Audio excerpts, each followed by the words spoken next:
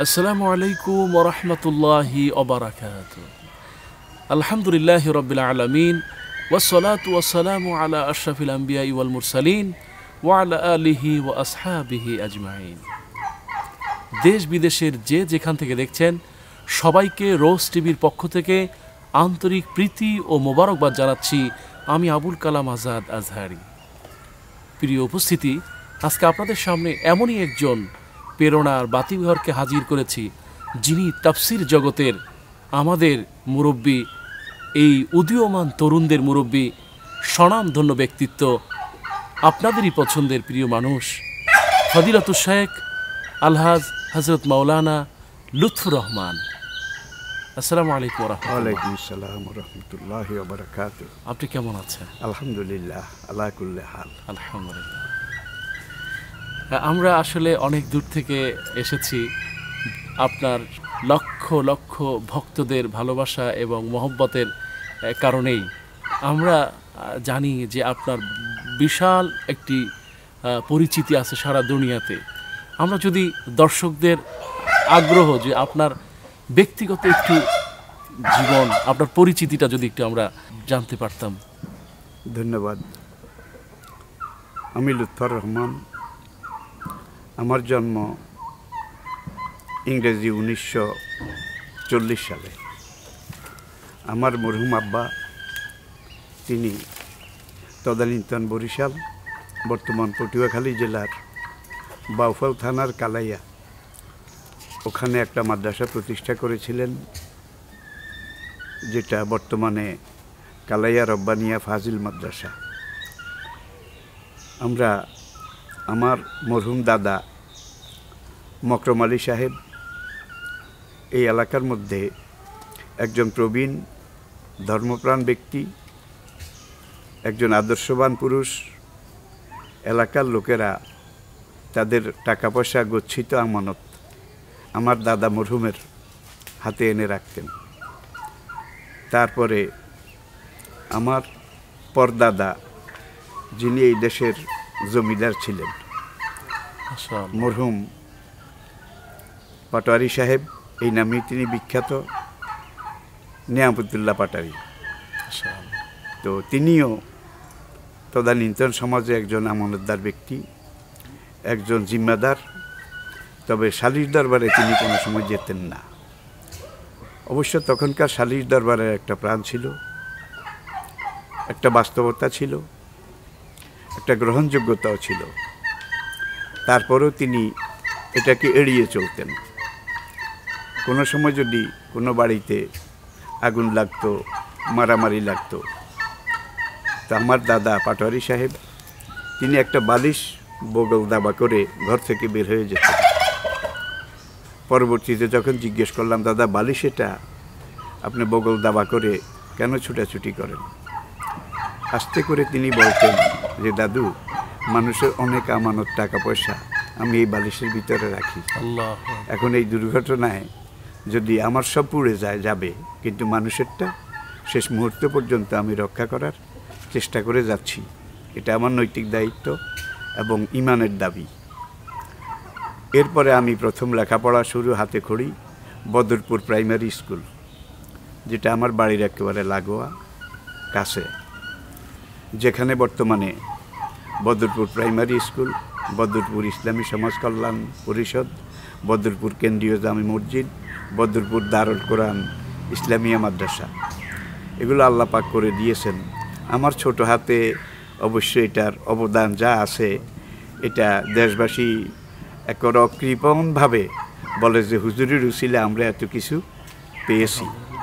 এখানে ক্লাস 4 পর্যন্ত আমি পড়ে তারপরে যখন একটা পর্যায়ে আসলাম, আমার আব্বা মরহুম আমাকে, তিনি সেই কালাইয়া পটুয়াখালী যেখানে মাদ্রাসা প্রতিষ্ঠা করেছিলেন, তিনি জাগির থাকতেন। বর্তমান এই বিগত সংসারে যে চিফ হুইপ ছিল আসম ফিরোজ, আওয়ামী লীগের আসম ফিরোজের বাড়িতে আমার আব্বা জাগির থাকতেন এবং সেখানে মসজিদে ইমামতি করতেন, মাদ্রাসায় শিক্ষকতা করতেন, নিজ প্রতিষ্ঠিত মাদ্রাসায়। সেখানে আমাকে নিয়ে যাওয়ার পরে আমার আব্বা মরহুম আমাকে কালাইয়া মাদ্রাসাতে প্রথম ভর্তি করে দেন বরিশালে, পটুয়াখালী, বর্তমান পটুয়াখালী, আব্বার প্রতিষ্ঠিত মাদ্রাসা কালাইয়া বন্দরে। তো সেখান থেকে আমি এই দোহম নহম পড়িনি। আমার আব্বা আমাকে হাস্তমে প্রথম সবক দেন। আর তখনকার ক্লাস গণনা ছিল এভাবে, যেটা আমি এখন বলছি। দোহম নহম হাস্তম হাফতম শশম পাঞ্জম চাহারাম সুয়াম উলা। এই উলাটা হলো ফাজেল। আচ্ছা, তার মানে এখন এই যে 1 2 3 যেটা আমরা বলি, এটা ছিল না। জি। তো আমার আব্বা আমাকে 2টা ক্লাস বাদ দিয়ে দোহম নহম এটা আব্বু নিজে পড়িয়েছেন, হাস্তমে ভর্তি করলেন। তার মানে ক্লাস 3? হ্যাঁ, 3। হাস্তম শেষ করে হাফতম। আর তখন হাফতমে ছিল সরকারি দাখিল পরীক্ষা। সরকারি হাফতমে এটাই সেন্টার পরীক্ষা ছিল, এবং সরকারি বর্তমান ওই জেডিসি জেএসসির মতো। সেখান থেকে আমি দাখিল পরীক্ষা দিয়ে এই জীবনের প্রথম সরকারি পরীক্ষা। আর পরীক্ষার কেন্দ্র ছিল বহু দূরে, বরিশাল সদরে ফাতিমা খাতুন বালিকা বিদ্যালয়, বরিশাল শহরে, অনেক দূর। আর ওই সময় তো রাস্তাও লঞ্চে, শুধু লঞ্চে। বরিশাল পটুয়াখালী তো লঞ্চের দেশ বেশি, বগা বাউফল হয়ে বরিশাল আসতে হতো। তো সেখানে আমি দাখিল পরীক্ষা দিয়েছি। পরীক্ষা কেন্দ্র ছিল Halima Khatun girls high school. সেখানে পরীক্ষা দেওয়ার পরে আমি যখন পাশ করলাম, এবং কালাইয়া মাদ্রাসাতে প্রথমেই আমি ফার্স্ট ডিভিশন পেয়েছি তখনকার দিনে। ফার্স্ট ডিভিশন পাওয়ার পরে আমার আব্বা মরহুম আমাকে সেখান থেকে দেশে নিয়ে আসলেন। তার মানে আপনার কালাইয়ার মধ্যে যতগুলো প্রতিষ্ঠান ছিল তার মধ্যে আপনি প্রথম আমি ফার্স্ট ডিভিশন পেয়েছি ওই পুরো এলাকার মধ্যে। তারপরে আমার আব্বা হুজুর মরহুম রহমতুল্লাহ আলাই আমাকে দেশে নিয়ে আসলেন।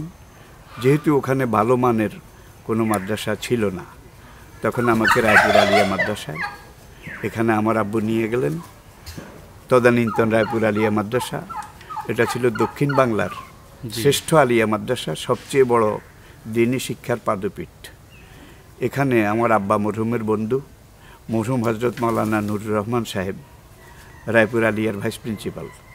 আমার আব্বা এবং ওই মরহুম নুরুর রহমান সাহেব কলকাতা আলিয়া থেকে একত্রে কামিল পাশ করেছিলেন, এবং তখন কলকাতা আলিয়া ছাড়া কামিল পাশ করার অন্য কোনো মাদ্রাসা উপমহাদেশে ছিল না, এইদিকে ছিল না। তো এই ছাত্র জীবনের বন্ধু হিসাবে আব্বু চিন্তা করলেন যে ওখানেই দেই। তো সেখানে আমি ভর্তি হলাম আলেমে। তখন আলেমে 4টা ক্লাস ছিল, আলেম first year, second year, third year, fourth year. Fourth ইয়ারে আলিমের আবার সেন্টার পরীক্ষা। আচ্ছা, হ্যাঁ, সেই সেন্টার কেন্দ্রীয় পরীক্ষা। তার মানে এখন যে অনার্স যেরকম জি আপনার 4 বছর করতে হয়, হ্যাঁ, তখন আলিমটা ছিল 4 বছর হতো। জি, আলিম 4 বছর, ফাজল 2 বছর, কামেল 2 বছর। আচ্ছা, তো 4 বছর শেষ হওয়ার পরে আলিম পরীক্ষা দিলাম। আমি ক্লাসে অনেক ছাত্র ছিল, তার মধ্যে আমি সবচাইতে ছোট ছিলাম, মানে সাইজে। তো ক্লাস ফ্রেন্ডরা আমাকে নিয়ে কেউ কাকা ডাকতো, কেউ বড় ভাই ডাকতো, এবং এই টিটকারি মস্কারি করতো আর কি। যেহেতু আমি নিউ কামার, মাদ্রাসা থেকে এসেছি, সবার ছোট, এবং এই অ্যালার্জিটা মনে হয় এখনো অনেক জায়গায় আছে, এখনো আছে, অনেক মাদ্রাসায় আমরা দেখেছি। জি, খুব একটা পাত্তা দিত না আর কি। এরপরে পরীক্ষা হলো, রেজাল্ট হলো, তখন আমি এখানে স্ট্যান্ড করলাম, এখন ফার্স্ট ক্লাস পেলাম। পাওয়ার পরে এখন পুরো মাদ্রাসায় আমার একটা ইমেজ, গ্রহণযোগ্যতা সৃষ্টি হলো। আর মরহুম নুর রহমান সাহেব রহমতুল্লাহ আলাই, তিনি ভর্তি হওয়ার পর থেকে আমার আব্বার জায়গায়, আব্বা তো ভর্তি করে দিয়ে কালাইয়া চলে গেছেন পটুয়াখালী নিজের প্রতিষ্ঠানে, তিনি আমার মুরব্বিয়ানা করেছেন। আর হজরত মাওলানা নুর রহমান সম্পর্কে আর একটু বলা লাগে এজন্যে, মরহুম থানভী রহমতুল্লাহ আলাই তাফসিরে আশরাফি, এটার পুরা তাফসিরটা বাংলা অনুবাদ করেছেন মাওলানা নুর রহমান, যেটা বর্তমান মার্কেটে আছে এবং রয়েছে।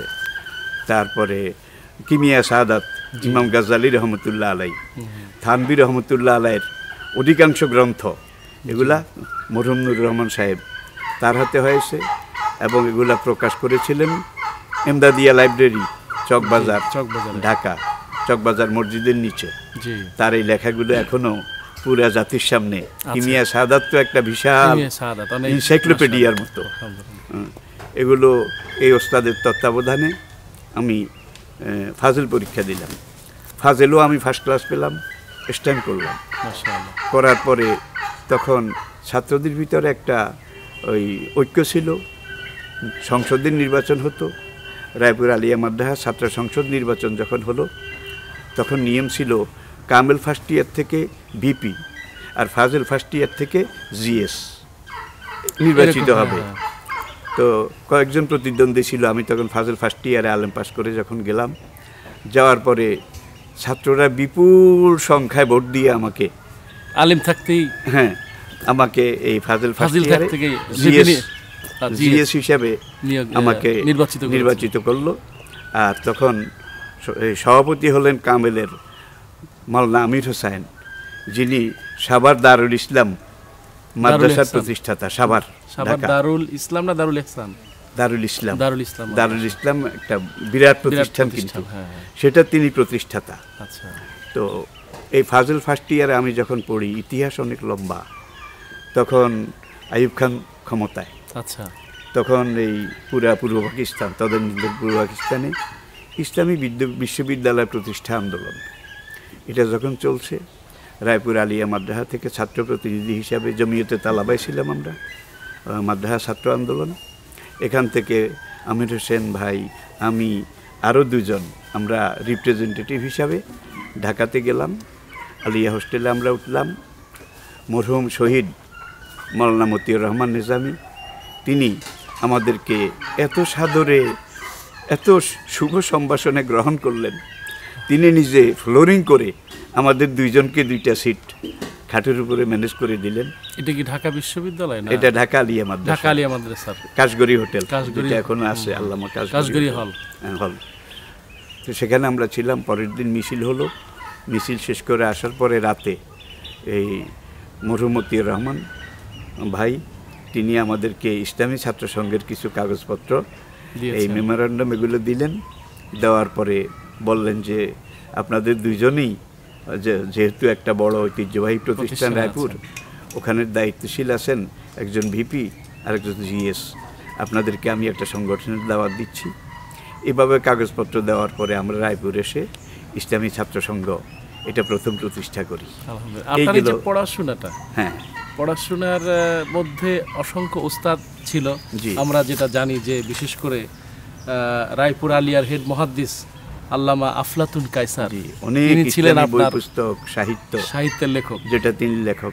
এইরকম আপনার যারা ওস্তাদ ছিলেন, আর কাদের কথা আপনার মনে পড়ে যাদের আদর্শ শিক্ষক হিসেবে আপনি পেয়েছেন? মরহুম নুর রহমান সাহেব, তার কথা বললাম। আর রায়পুর আলিয়া মাদ্রাসার তখন প্রিন্সিপাল ছিলেন মরহুম মাওলানা কামাল উদ্দিন খান, যিনি ইসলামী ব্যাংক প্রতিষ্ঠার পরে যাকে ইসলামী ব্যাংকের শরিয়া বোর্ডে প্রথম চেয়ারম্যান, শরিয়া বোর্ডে আমি আব্দুর রাজ্জাক লস্কর সাহেবের অনুরোধে ওনাকে সেখানে দিয়ে তারপরে আমি আমার নিজের অ্যাঙ্গেলে, নিজের পরিমণ্ডলে চলে আসলাম।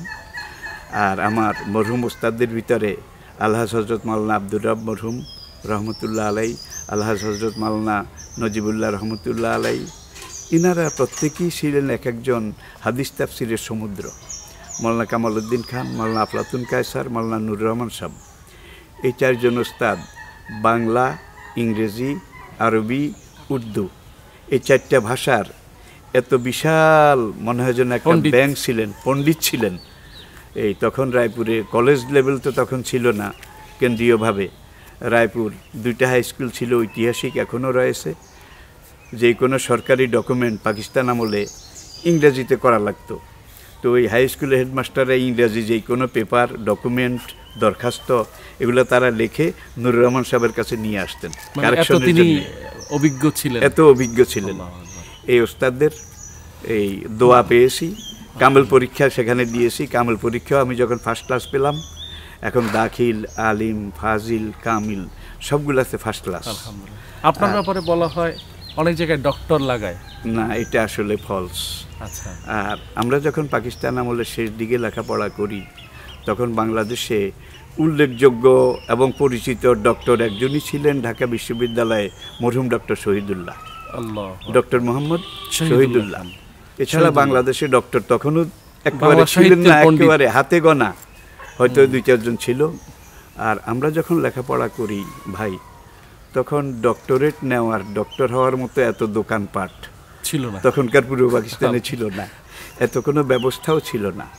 ডক্টরেট নিতে হলে বিদেশে যাওয়া লাগতো। আর আমার আব্বা মরহুম, তিনি ছিলেন ওই গরিব মানুষ, ঐতিহ্যবাহী পরিবার। আমাকে বিদেশে পাঠিয়ে ডক্টরেট এটা করাবার মতো ওই অবস্থান এবং এই তৌফিক যেটাকে বলে, এটাও তার ছিল না। এখন বাংলাদেশে যে এই কথাটা কোথা থেকে উঠলো, এই যে কিছুদিন আগে জাপানে গেলাম, সাউথ কোরিয়া গেলাম, সিঙ্গাপুর গেলাম, ওখান থেকে আমি ওই তুরস্কে গেলাম, একবারে আমুদরিয়া পর্যন্ত সফর করেছি। দেখি যে ডক্টর কথাটা অনেক জায়গায় এটা ভাসতেছে। তবে আমার মনে হয় যে আপনি বলবেন, যারা এই যে অনেকেই আছে বর্তমান সময়ে দেখা যায় যে তারা ডক্টরেট লাগায়, আপনি কি মনে করেন এটা লাগানো আসলে ঠিক, বা এই ব্যাপারে আপনার? না হলে লাগানো এটা তো জায়েজই হবে না, এটা তো ধোঁকা, এটা এক ধরনের প্রতারণা, ধোঁকা। আমরা একটু আসতেছি আরেকটু, আমি এটার সাথে যোগ করি। জাপান কেন্দ্রীয় মসজিদ টোকিও শহরে, যেটা তুরস্কের গভর্নমেন্ট চালায়, সেখানে আমার খুতবা ছিল, ওই জুমার খুতবা এবং আলোচনা। সেখানে এই কথাটা আসলো, আচ্ছা, যে মুহতারাম মাওলানা, অনেক জায়গায় আপনার নামের আগে ডক্টর এটা লাগানো হয়, এটার হেতু কি, শানে নজুল কি? আমি বললাম, ভাই, আমার নিজের কলম দিয়ে আজ পর্যন্ত জীবনে একবার মাওলানা লিখেছি, এই রেকর্ড কেউ দেখাতে পারবে না। এই রেকর্ড কেউ দেখাতে পারবে না। মোহাম্মদ লুৎফর রহমান দিশানাফ, আমি এইভাবেই লিখি। ডক্টরেটের তো প্রশ্নই আসে না। তো যখন আমি প্রশ্ন করলাম যে এটা কেন লাগানো হয়, তখন একজন লোক দাঁড়ালো, তার বাড়ি কুমিল্লা 14 গ্রামে। সে দাঁড়ায় বলল, এটা আমাদের ওই দিকেও আমরা দেখেছি, এবং মানুষ বলা বলি করে বর্তমান ডক্টরেট যারা আছে এদেরকে 100 বছর পড়াবার মতো ডক্টরেট যোগ্যতা মাওলানা লুৎফর রহমানের আছে, সেই জন্য আমরা এটা লাগাই। আমি বললাম, না, যেটা নয় সেটা আসলে বাড়াবাড়ি এবং ধোঁকা, প্রতারণা, এটা জায়েজ হওয়ার কোনো কথা নয়। তো আসলে আমি ডক্টরেট না। কামেল ফার্স্ট ইয়ারে যখন গেলাম, তখন আবার মাদ্রাসা ছাত্র সংসদের নির্বাচন হলো। নির্বাচন হওয়ার পরে কামেল ফার্স্ট ইয়ারে আমরা 2 জন প্রার্থী ছিলাম, এবং শতে ছাত্র ছিল তখনও। আপনি তাহলে জিএস থেকে এখন ভিপি নির্বাচিত হতে যাচ্ছি, ভিপি নির্বাচন করছি, চারিদিকে আমেজ। হ্যাঁ, কি হয়, যেখানে এই 1250 ভোট কালেক্ট হয়েছে সেই যুগে একটা মাদ্রাসায়, এ কি কল্পনা করা যায়?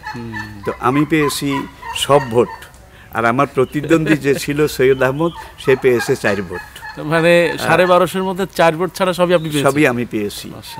তখন রায়পুর আলিয়া মাদ্রাসার ভিপি এই হিসাবে দায়িত্ব পালন করেছি। 2টা দায়িত্ব, একটা হলো জমিয়তে তালাবে আরবিয়া, আর একটা হলো ইসলামী ছাত্র সংঘ। এই দুটোটার আমি সভাপতি। মাশাআল্লাহ। আপনার এই যে জীবনে বর্ণাঢ্য জীবনে আপনি অনেক জায়গায় দায়িত্ব পালন করেছেন। আপনার শিক্ষা শেষ না হতেও আমরা যতদূর জানি আপনি অনেক জায়গায় পড়িয়েছেন।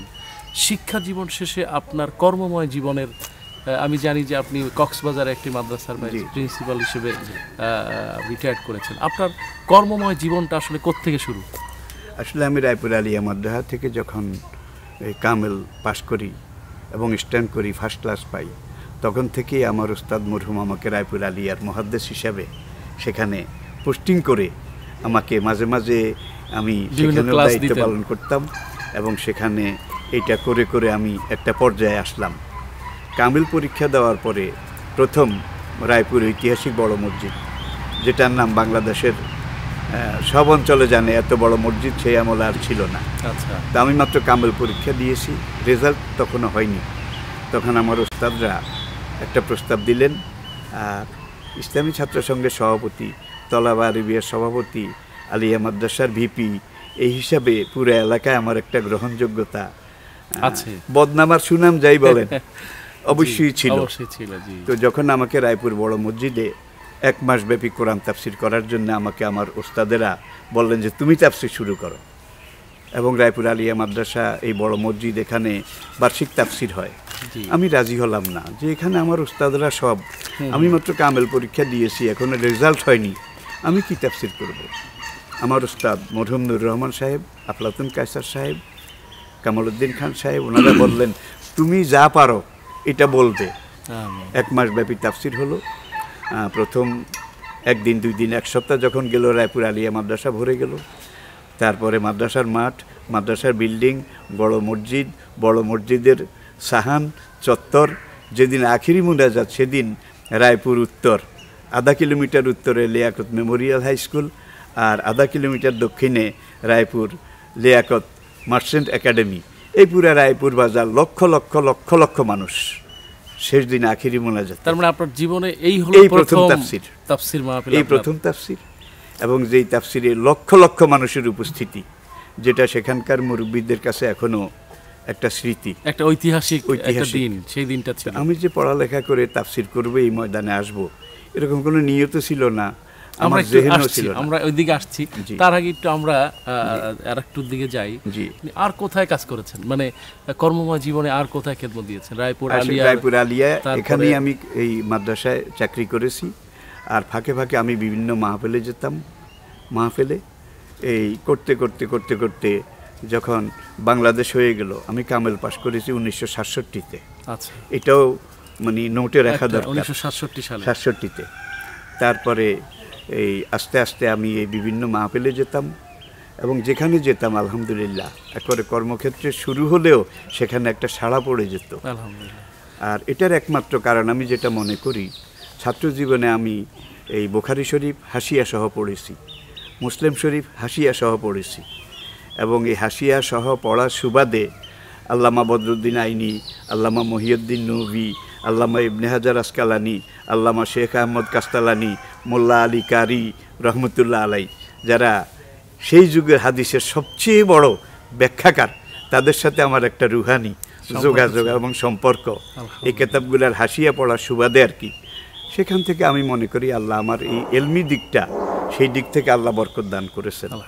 আমরা একটু পিছনের দিকে যাই, যে আপনার 2টি শিক্ষাই দেখেছি, আপনি যেরকম ইংরেজি তেমন বাংলা তেমন আরবি। জি, আসলে এইটা উৎপত্তিটা কিভাবে হলো আপনার, মানে আপনার এই একজন মানুষের মধ্যে এইভাবে কিভাবে সম্ভব? আসলে আমি রায়পুর আলিয়া থেকে কামেল পরীক্ষা দেওয়ার পরে আমার এক মরহুম ভাই মোহাম্মদ খান, তার একটা মাদ্রাসা ছিল হাজীগঞ্জ থানায় বলাখাল স্টেশনের কাছে, রামচন্দ্রপুর সিনিয়র মাদ্রাসা।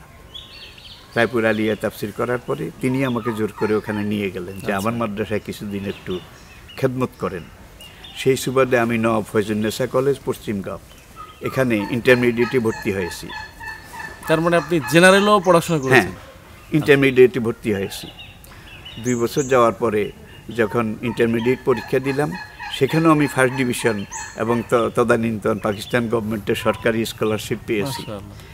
এরপরে আমি সেখানে ডিগ্রিতে ভর্তি হলাম। এই ডিগ্রিতে যখন ভর্তি হই তখন আমার এই বিয়ে হয় আর কি। আর আব্বা তিনি আসলে খুব ওই অবস্থাপন্ন ছিলেন না, গরিব মানুষ ছিলেন, তো ভদ্র ছিলেন, নম্র ছিলেন, দিনদার ছিলেন, আলেমে বরহক ছিলেন এবং আল্লাহর ওলি ছিলেন। তার দোয়া ছিল, এবং বিশেষ করে আপনি সব ধরনের বই পড়তে বোধহয় পছন্দ করতেন। জি, এবং বই পেলেই পড়তেন। এখনো আমার বালিশের পাশে এখানেও আছে। আপনি সময়টা কিভাবে কাটান? আমি ফজর নামাজ পড়ার পরে কিছুক্ষণ কোরআন তেলাওয়াত করি। এরপরে আমি তাফসির যেটা যেটা পড়া দরকার, হয়তো আজকে একটা প্রোগ্রাম আছে, এই অ্যাঙ্গেলে কথা বলবো, ওই লাইনে কিছু তাফসির লেখাপড়া করি। এরপরে ইসলামিক সাহিত্য লেখাপড়া করি, ম্যাগাজিন লেখাপড়া করি, এই সাপ্তাহিক পত্রিকা, এগুলো দেওয়ান মঞ্জিলে ঢাকায় যখন থাকতাম তখন ওই লোকেরা সাক্ষাতে আসতো, দেখতো যে আমার বালিশের পাশে এত বড় স্তূপ। এগুলো আমি তখনও পড়েছি, এখনও পড়ি, এবং আমার পড়াটার তৃপ্তি এটা মনে হয় যেন আমার মেটে না। এত পড়ার পরও আমার মনে হয় আমি তো কিছুই জানতে পারলাম না, আমি তো কিছুই শিখতে পারলাম না, এমন একটা তৃষ্ণা আমার ভিতরে রয়েছে, এবং এটাকে আমি এখনো কাজে লাগাচ্ছি। পড়ার মধ্যে আপনি আছেন? জি, সব সময়। জি, আল্লাহ আল্লাহ আপনাকে কবুল করুক। আমরা আরেকটু জানতে চাই যে আপনার যে প্রিয় ছাত্র, জি, অসংখ্য ছাত্র আপনি তৈরি করেছেন আলহামদুলিল্লাহ, বিশেষ করে বাংলাদেশ ইসলামিক আন্তর্জাতিক, বিশেষ করে চট্টগ্রামে আন্তর্জাতিক ইসলামী বিশ্ববিদ্যালয়ের professor doctor B A Mafizur Rahman Azhari, আপনার ছাত্র। জি। এমনি করে আরও যদি কিছু ছাত্র যারা বর্তমান সময়ে বেশ ভালো করেছেন, এদের মধ্যে উল্লেখযোগ্য যারা আপনার একান্ত কাছের স্নেহের ছাত্র। রেডিও জেদ্দা, ওখানে যে হাফিজ মফিজুল ইসলাম, আরেক মফিজ, তিনি ওটার পরিচালক। মাশাআল্লাহ। আরেক ছাত্র সেই টেকনাফ আলিয়া, যেখান থেকে আমি রিটায়ার করেছি সর্বশেষ, জি। সেখানে আমার আরেক ছাত্র হাফেজ আবুল হাসেন। মাদ্রাসাটার নাম বোধহয় রাঙাবালি, রঙ্গিখালী রঙ্গিখালী দারুল মাদ্রাসা, উলুম আলিয়া মাদ্রাসা, রঙ্গিখালী দারুল উলুম আলিয়া আলিয়া মাদ্রাসা, কক্সবাজার। কক্সবাজার। তো এইভাবে আমার অনেক ছাত্র দেশে এবং বিদেশে, দুনিয়ার বিভিন্ন জায়গায়, লন্ডনেরও বিভিন্ন জায়গায় দেখেছি, আমেরিকার বিভিন্ন জায়গায় দেখেছি এ আমার ছাত্ররা। আমার মনে হয় যে আপনি যতদূর জানি আমেরিকার যে এখন ইসলামিক সেন্টার, জি, এটার যে দায়িত্বে আছেন বোধহয় আপনার কিছু বা অন্যান্য যারা। হ্যাঁ, আমার সাথে ভালো পরিচিত এবং ভালো সম্পর্ক মুনার যিনি হেড মুসলিম ইউনিয়ন নর্থ আমেরিকা, মুনা এটার যে পরিচালক, তিনিও দেলোয়ার হোসেন সাহেব বোধহয়। হ্যাঁ হ্যাঁ, উনিও আমার আলহামদুলিল্লাহ খুবই নিকটের কাছের মানুষ। জাপানে যিনি বর্তমানে ইসলামী আন্দোলন, এই দায়ী আল্লাহর দায়িত্বের সর্বোচ্চ ব্যক্তি, উনি আল্লামা আবু সাহেবের, উনিও আমার ওই সমসাময়িক বয়সে আমার চাইতে জুনিয়র, বিরাট অবদান রাখতেছেন। সাউথ কোরিয়া, সেখানে যিনি, তিনিও আলহামদুলিল্লাহ আমার ছাত্র, বর্তমান ইসলামী আন্দোলন সেখানে পরিচালনা করতেছেন। এইভাবে আসে সারা দুনিয়াতে আর কি। ছাত্র জীবনে আপনার যদি একটা ঘটনা আপনি বলতেন, যে আসলে ছাত্র জীবন মানেই সংগ্রামের, ত্যাগের, তিতিক্ষার, না পাওয়ার, কষ্টের। জি। আপনার জীবনে কষ্টের, ছাত্র জীবনের একটা ঘটনা যদি আপনি বলতেন।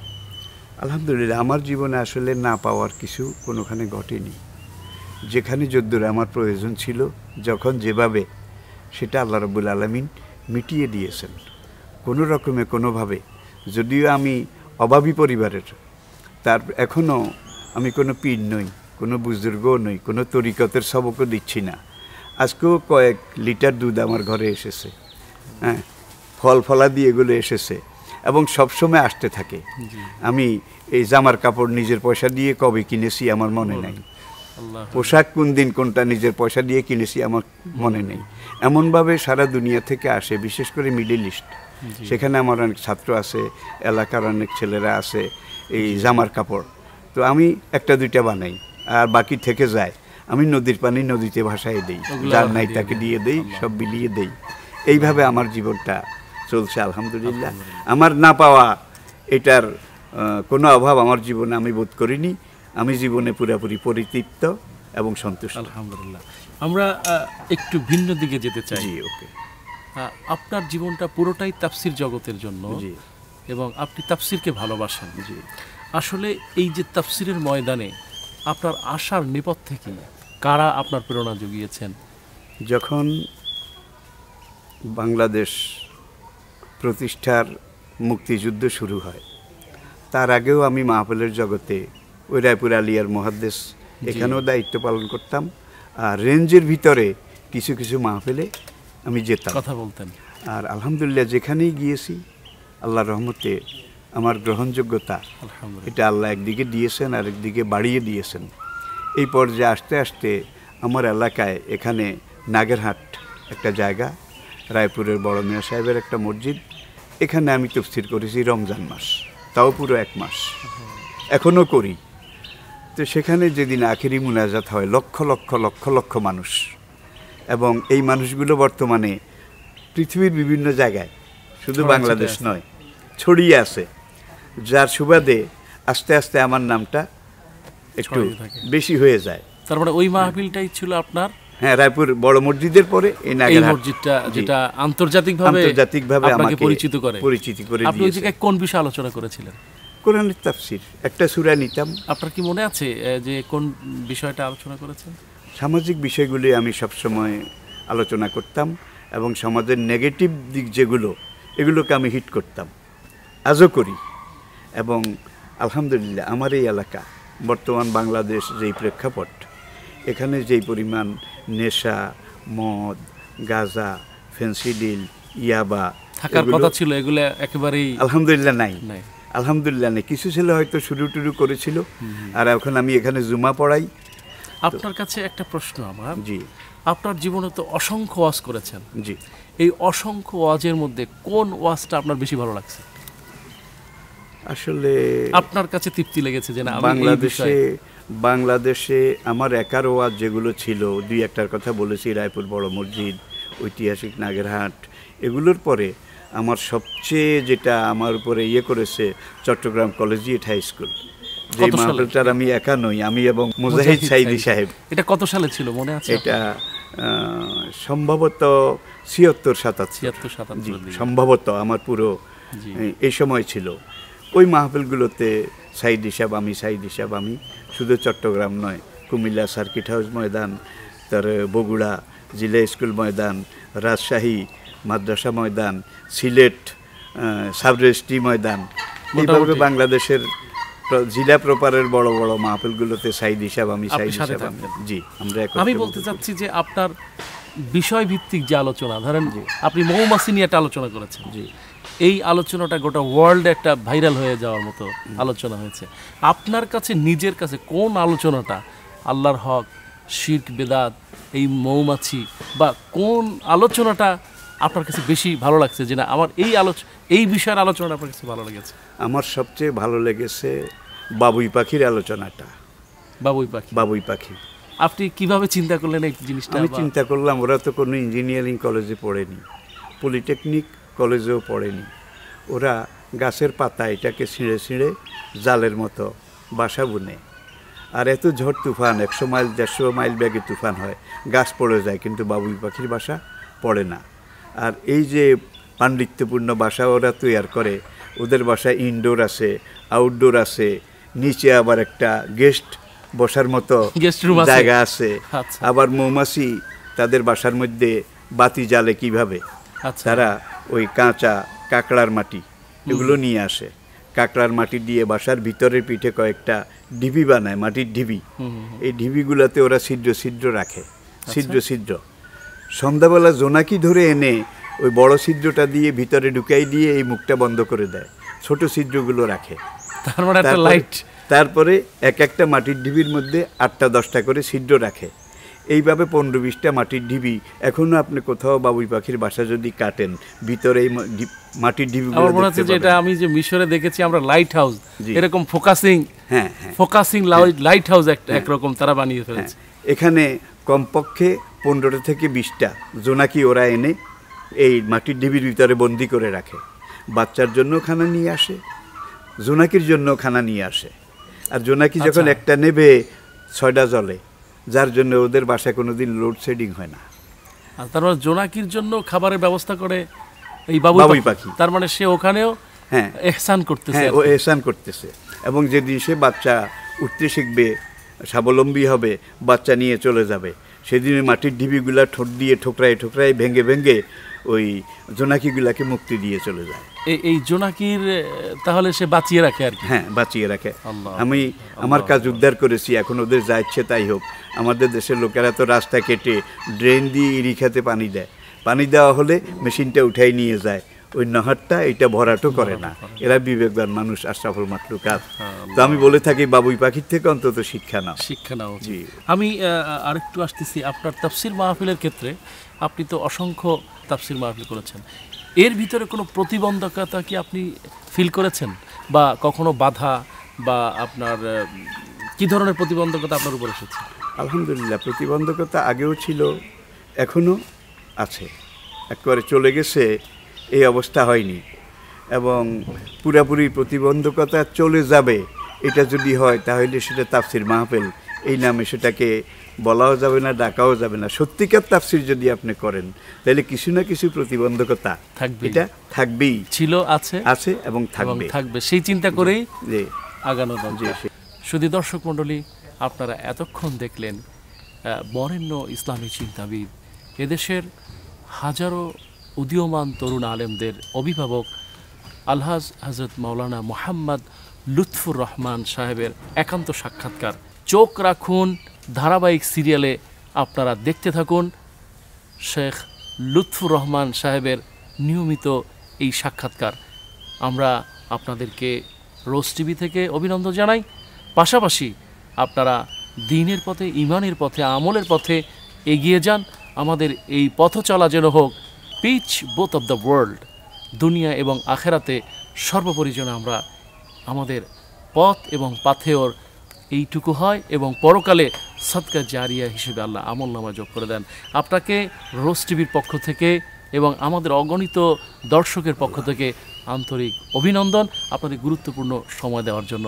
আপনি ভালো থাকবেন, আমাদের জন্য দোয়া করবেন। অগণিত দর্শক, তাদের জন্য দোয়া করি, আর রোজ টিভি আপনাদের জন্য আমি ধন্যবাদ জানাই। আল্লাহ তারাক্কি দান করুন। আল্লাহুম্মা আমিন। Rose TV 24. Enjoy by listening to the Holy Quran.